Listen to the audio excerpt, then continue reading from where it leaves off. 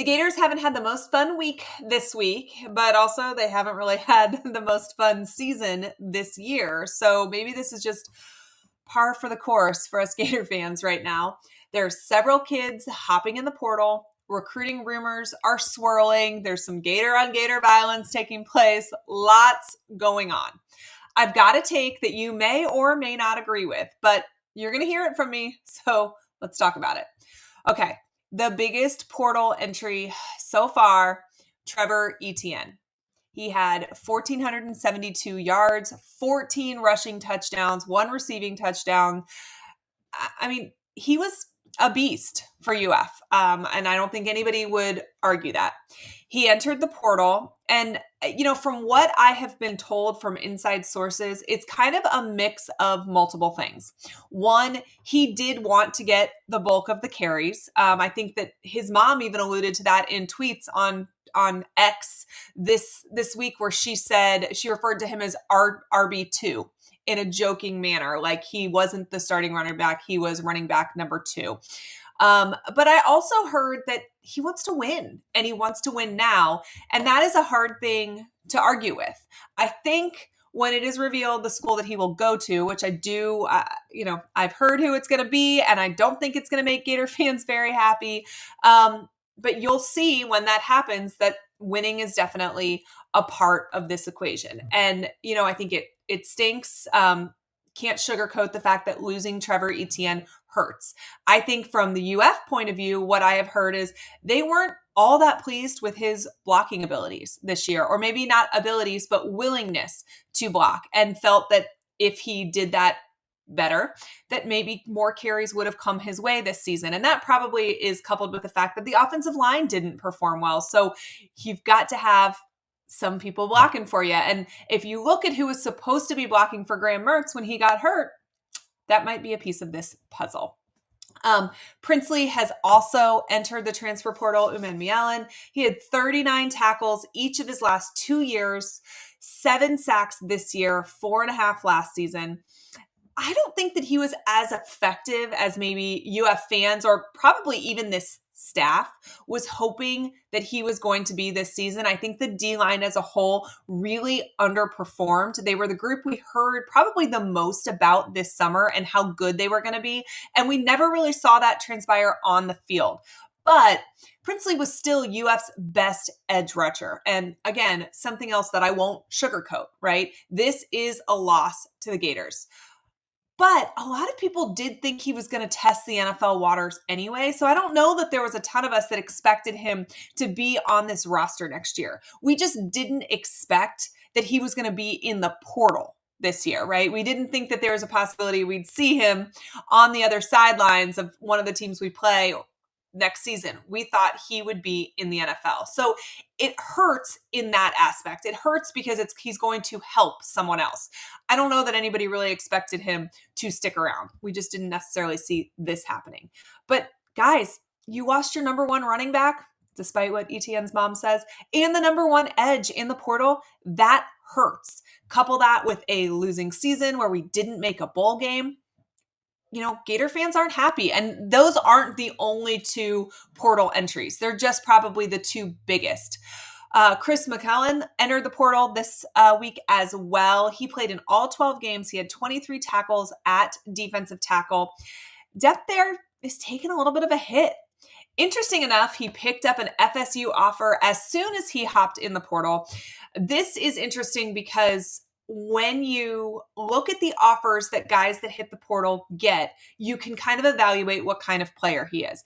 Obviously, FSU had great defensive play this season, particularly great defensive line play. So for them to immediately offer Chris, it tells me they view him as a top player. So why did Florida not get the very best out of him? I don't know, but it's interesting to watch these offers come in for the guys that hit the portal, because it makes you wonder what happened in the UF locker room that their talent wasn't maximized here. McKellen is one of the people that when they tweeted said Gator for life or Gator always at the end of these announcements. And, these announcements I don't love. I know that it's the time that we're in college football and these kids love their minute on social media, and that's all fine and dandy. But lots of these players have been saying Gator for life at the end of their announcement that they're transferring. I have a problem with that. I stated it earlier in the week on social media. Some of our former players have come out in the last couple of days saying the same thing. And this is kind of my stance. You should always do what is best for you as an athlete, as a player, as a person. If you feel that the University of Florida is not the best fit for you, or you have a better path to the NFL or to playing at all or whatever, to go somewhere else, I am okay with that. It is your life. It is your decision. But you absolutely can miss me with the Gator for life at the end, because you're not a Gator for life. Now you are whatever team adopts you from here on out. Now, if you graduate and you've got that UF degree, you can say Gator for life. If you go to the NFL after your playing time at UF and that's where you're leaving early for, you're a Gator for life. And I will even give you're a Gator for life if, coaches sat down and had a conversation with you and said, hey, listen, if you want to see the field, you might want to look elsewhere. There may be guys in this portal who didn't choose this, right? Who were pointed in the direction of the door. I'm even okay with those guys saying Gator for life.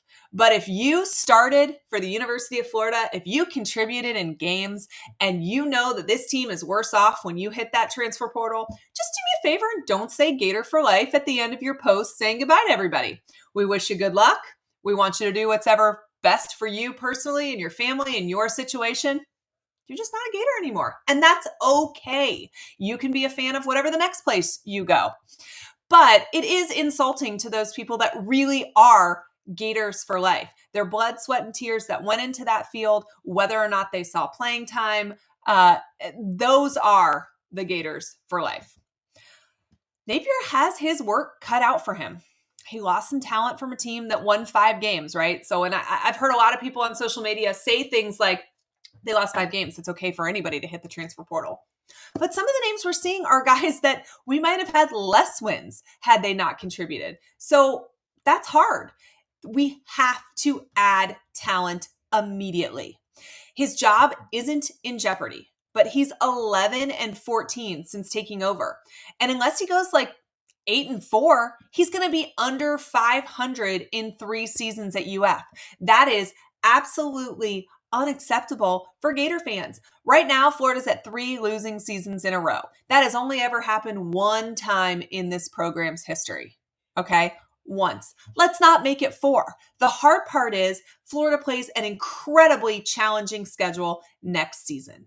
They are going to have lots of young talent still. They have got to do well in the transfer portal if they want to put some wins on the board. Given everything that has happened, I think the floor that Billy Napier can win is 7 games. But there's going to be grumblings if he only wins 7 games. I think he would pacify this fan base a little bit if he wins 8. That is a tall order with the 2024 schedule. Pick up some pieces in the transfer portal and do it now. I think that's one of the things that we learned about Billy Napier last season is he didn't move very fast in the portal. And I think the university recognized that. They told us they recognized that. So I need to see some moves happen ASAP. There are a lot of guys coming on visits this upcoming weekend to Gainesville. Hopefully there'll be some good news Sunday or Monday. They're going to need it because Florida has got to figure out a way to come up with wins. And speaking of talent that Florida's adding, I do think that there's some concern with this 2024 recruiting class. Xavier Filsaime is visiting Texas this weekend. And guys, I got to tell you, I am really concerned about UF holding on here.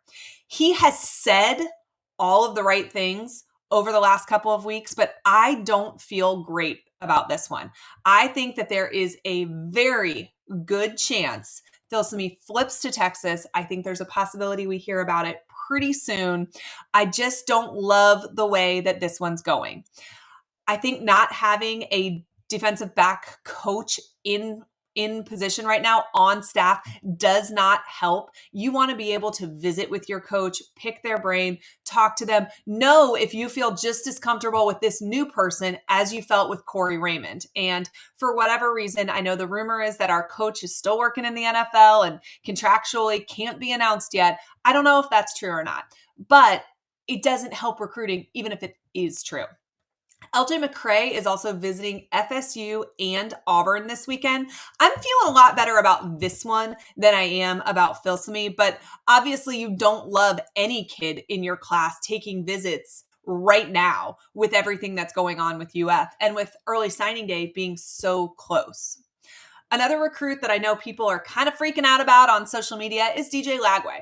I think that there's concern following coaches and programs and et cetera that are following him on social media or that he's following. I have reached out to a couple of people really, really close to this situation and to DJ Lagway himself that are close to him. And everybody I talk to feels extremely confident that he is solid to this class and that he will be a Gator. So, if those people are correct, the people close around him, then I don't expect to see a change here. And I think that's really good because I think as DJ Lagway goes, this class goes. A lot of Billy Napier's tenure is going to be riding on how much he can keep the 2024 class together and then what he can do in this transfer portal. This is a rough time right now. Losing 5 games to close the season wasn't what any of us expected. And judging what's going on with recruiting right now, I don't think that that's what anybody expected, but I don't know that we can be shocked that the recruiting isn't going well when you only won 5 games and you lost your last 5 to close the season. It is hard to out-recruit your record.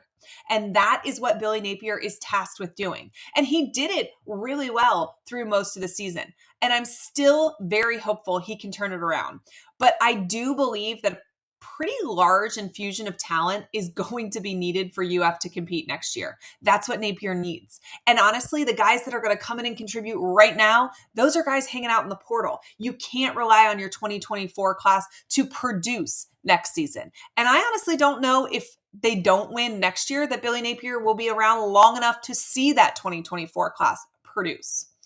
We're going to talk some more about these portal targets and about a bunch of UF visitors this weekend very, very soon. So stay tuned to the channel and we're going to break it all down for you. I appreciate you all. Listen, I know that you're frustrated. I'm frustrated. I bleed orange and blue too. I totally get it. But I do appreciate when you guys tune in and there's better weather ahead. Go Gators.